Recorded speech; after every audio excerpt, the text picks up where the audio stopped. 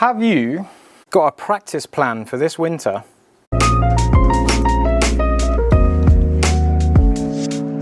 Now, some people's practice plan is based on how much time you might have to put into the game, what facilities you've got around you. Do you have something indoors? Do you have to go outdoors? Is the weather bad? Can you go when the weather's bad? Everyone's in a different boat in terms of what they can put into their game. But if you could add some sort of structure to progress and try and get better to get ready for the spring, then this might help. So everyone is at a different stage in their game. Everybody's got a different ability. If your ability is here and you want to get to here, how do you get from there to there? What does your journey of improvement look like? Now, the obvious thing is to have golf lessons or something that allows you to like measure where you're at. So if you can see like the statistics, if you keep statistics on the golf course, you can see how many fairways you hit, how many greens you hit, how many putts you take, or just quite cleanly how many shots you're playing overall on the golf course. And you say you're shooting in the high 90s, you want to shoot in the high 80s. There we go, we've got where you are and we've got where you want to be. But if you could keep some form of statistics on the golf course, you can kind of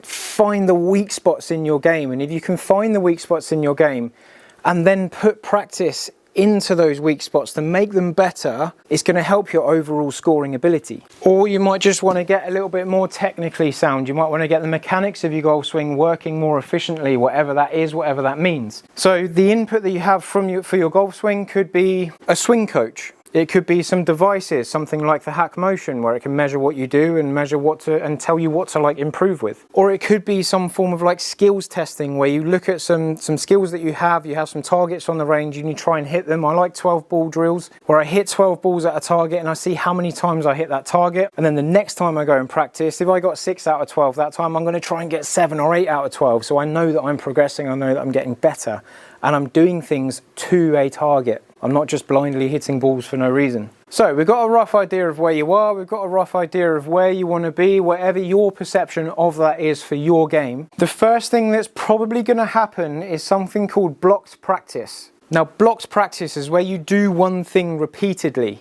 So I might be working on something in my swing and I need to drum that in. I need to get some reps in and I need to rehearse the change that I'm trying to make in the swing. So for me, I start drawing the ball a little bit too much. And that's because I get a little bit round here and then I come into out and I overdraw it. This is me personally, but I'm trying to get the club outside my hands. I'm trying to get the club steeper, I'm trying to get the club up here. The feeling is this. The reality is this. But I'm going to hit golf balls with one club to one target from one distance repeatedly, and I'm going to get it right, I'm going to get it wrong.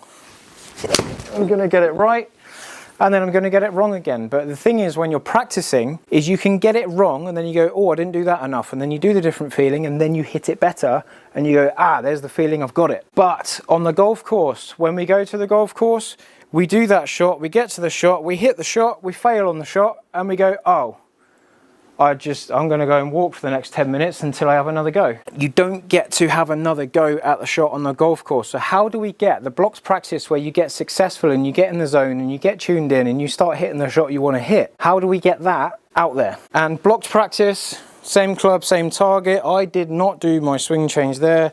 I need to exaggerate it. I'm going to exaggerate it, and then I'm not going to get it again. Now, I don't want to stand there and go to a 3-wood and now try and hit a 3-wood shot, because I've still not got my mechanical change in place yet. I haven't got it drummed in. And this is lovely because we've got loads of time in the winter to do that. And then when I do get one, I go, ah, that's the feeling. That's how I stop overdrawing it. Okay, so again, your version of that change will be different to mine. But once I get a feel for it and I start getting it right, I want to go from blocked practice, and then I want to vary my practice. So I now want to go into different target, different distance, different club, 3 shots at a time. And then eventually 1 shot at a time. No 2 shots want to be the same in a row once you gradually get into this, because on the golf course, you don't really hit the same shot twice. You hit a drive, and then the next time you hit a shot, you go along and you hit a 7-iron or whatever it is. And then it might be another 20 minutes or half an hour before you even hit a driver again. So you can't kind of like work on your golf swing on the golf course as easily because of the time difference between hitting 1 shot and another one. And then also you've got 1 shot where the hole goes that way, and the next shot 20 minutes later when you hit it again, the hole goes that way. You're then trying to change your shot to the course, and you're trying to work on your swing. You're trying to do too much. Yeah, I've got the feeling now for that flight and that directional change. So on the driving range, what I like to do is play a hole in my mind. So I might play my home course, the course I grew up at, Leighton Buzzards. I will play the first hole, the first tee shot in my mind. I'll hit that drive and I'll go, oh, okay, that'll probably leave me about a 9-iron in. So then I'll set up, reload, I'll pick a different target and I'll hit a 9-iron to that new target. And then in my mind, I'll go to the second hole, which is a par 3, and I'll pick out an 8-iron and I'll pick a different target and I'll go to that target while I'm trying to build in my swing. And I might go to varied practice a little bit too early and then mess it up and not hit the targets and not get the swing right. That's when you go back to block practice because you haven't got it drummed in enough yet. And we're trying to progress through these stages. We've got blocked practice, we've got varied practice, and then we've got on-course practice. And then we've got competitive golf under pressure. There's kind of 4 layers. And if you're still in blocked practice and you're getting into competitive golf and you're not succeeding, don't give yourself a hard time. Like, you haven't gone through the stages enough, and try and use the winter, try and use that long period to try and get as far up the scale as you can. You're not necessarily going to get all the way along it, but if you can progress as much as possible, maybe you can go from blocked practice to varied practice on the range. That's progress. Instead of just standing there hitting 7-iron, 7-iron, 7-iron, 7-iron, and then getting on the golf course and going, oh, I need to hit a driver now. What does that feel like? I don't know, because I haven't practiced it.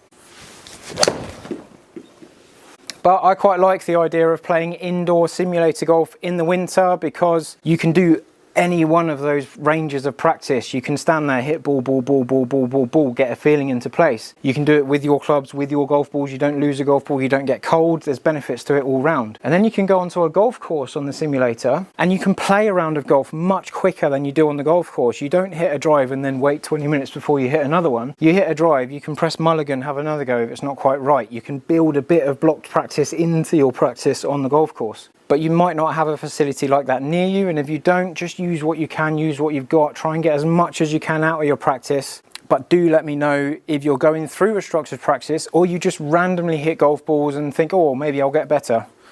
Do you have a plan? Let me know.